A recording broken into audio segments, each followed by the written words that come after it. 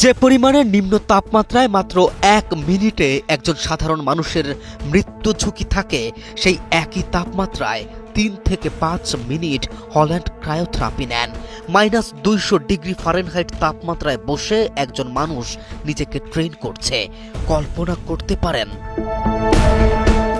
হিমশীতল নরিজিয়ান অঞ্চলে যেখানে কয়েকটা শীতের পোশাক পরেও দাঁড়িয়ে থাকা মুশকিল, সেখানকার হ্রদে এই গোল মেশিন সাঁতার কাটেন। আদিম মানুষের মতো যিনি চিবিয়ে খান গরুর আস্ত কলিজা ও হার্ট, ফুটবল প্রেমীরা তাকে বলে জিন। তবে বাস্তবতা হলো তিনি আধুনিক যুগেরও আদিম মানুষ। দৈনিক কমপক্ষে 10 ঘন্টা ঘুমান, অন্ততপক্ষে 6000 ক্যালোরি খাবার গ্রহণ করেন, যা একজন সাধারণ মানুষ কল্পনাও করতে পারবে না। এই পরিমাণে খাবার খেয়ে আবার সুস্থ থাকার কথা।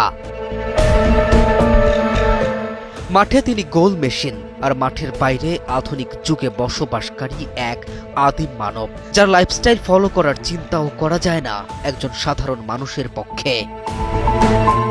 প্রিয় খাবার আস্ত গরুর কলিজা চিবিয়ে খাওয়া, স্যামন ফিশ, গরুর হৃৎপিণ্ড। আর প্রিয় কাজ, প্রতিপক্ষের দম্ভকে চূর্ণ বিচূর্ণ করে দিয়ে রক্ষণভাগ দুমড়ে মুচড়ে দিয়ে জয় ছিনিয়ে নেয়া, গোল করা। মাঠের মধ্যাকার ভয়ঙ্কর হল্যান্ডকে উপস্থাপন করতে মাঠের বাইরে তিনি অতি ভয়ানক। ফার্ম ফ্রেশ পাস্তুরিত তরল দুধ, বেশি ভালো দুধ। ইতিমধ্যে ব্রাজিলকে টুর্নামেন্ট ছাড়া করেছেন, বাকি রইল আর্জেন্টিনা। যদি দুই দল সেমিফাইনাল পর্যন্ত উঠতে সক্ষম হয়, তাহলে মেসির মুখোমুখি হবে আর্লিং হল্যান্ড, যা আকাশী নীলদের জন্য বড় মাথা ব্যথার কারণ। কেএম রাফিন, নিউজ 24।